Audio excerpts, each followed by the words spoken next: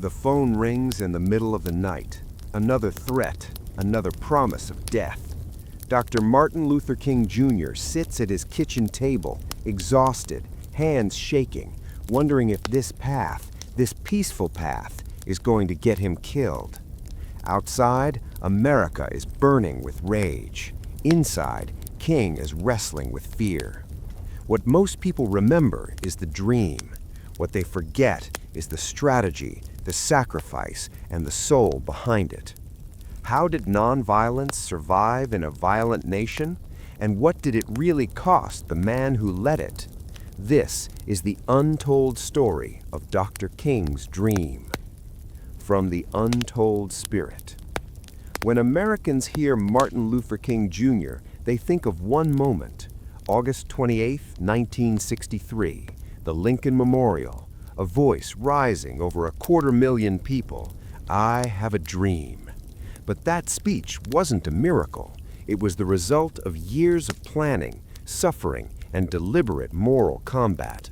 King didn't just believe in nonviolence. He studied it, he engineered it, and he knew, long before the cameras rolled, that love without strategy was powerless, and strategy without love was dangerous.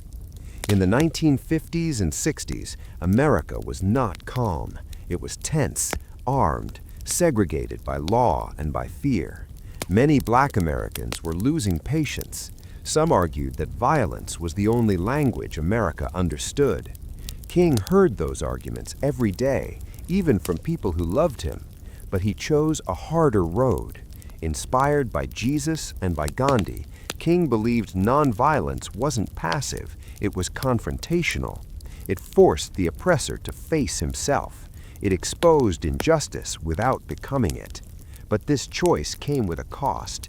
King was arrested nearly 30 times. His home was bombed. The FBI wiretapped his phone and followed his every move. In Birmingham, children were blasted with fire hoses. Dogs were unleashed on peaceful marchers. The nation watched, some in horror, some in approval. Behind the scenes, King doubted himself. In 1956, after yet another death threat, he broke down at his kitchen table. He later said he prayed, not for victory, but for strength to keep going. Nonviolence wasn't safe, it was exposing, and King knew every march could end his life. The March on Washington didn't just happen, it was planned like a military operation, without weapons. Every chant rehearsed, every route mapped, every speaker timed. King understood something critical. America wouldn't change just because it felt guilty. It would change when injustice became impossible to ignore. That's why he didn't just talk about dreams. He demanded laws, voting rights, economic justice. Love was the message, but pressure was the mechanism.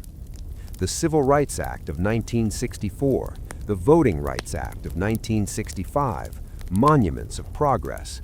But King's message kept evolving. He spoke out against poverty, against the Vietnam War, and that made him dangerous again. On April 4, 1968, in Memphis, Tennessee, a bullet ended his life. The dream lived on, but the man paid the ultimate price.